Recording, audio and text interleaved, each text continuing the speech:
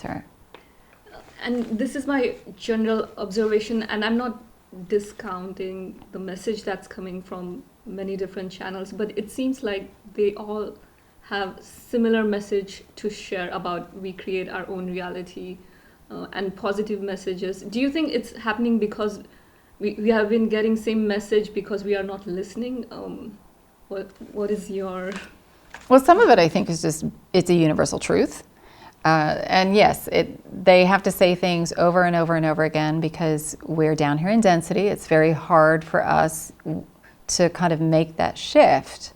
So, I mean, I can't tell you how many times I've heard the same things over and over and over again in exactly the same way from them. And they say, we do this intentionally because what happens is you finish the sentence in your head once you hear us start, and you'll hear us in your head later on saying the same sentence, but that's through pattern, it's through repetition, because that's what our habits are, that's what our limiting beliefs are. They're just thoughts that we've had over and over and over again that have formed a groove and in our neural network. And so now we're getting these new frequencies, these higher frequencies that are becoming the new habits. So we have to hear it repeatedly. It has to be habit. You know, I was talking earlier about creating these practices, and this is why your practices are also so important, because it helps us to rewrite those subconscious programs. When we keep focusing our energy on those higher frequencies, they begin to overwrite all that muck that's there in the subconscious. And how you go about finding the right practice for yourself? I think that's different for each person. You just have to check in. How does this feel? You know, it's not always a pleasant process. You know, sometimes stuff comes up, but you know, at some point you're going to have to feel. If you've suppressed emotion, you're going to have to feel that emotion in order to process through it. Now, that might just be for a couple seconds.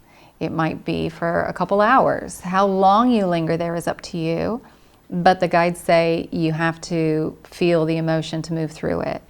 And too often we just want to suppress it. We don't want to feel it. The fastest way through that is just to check in and see, you know, what is this that I'm experiencing? What's going on in my body? To look at it objectively. What's happening in my body right now? My lower back is bothering me. Okay, I'm really cold. What's happening with your emotions? You can give it a label. Oh, I'm feeling anxiety. Oh, this is frustration. And then what's happening in the mind? Is the mind quiet? Are the limiting thoughts coming up? And as you're observing that, that's actually the fastest way through it.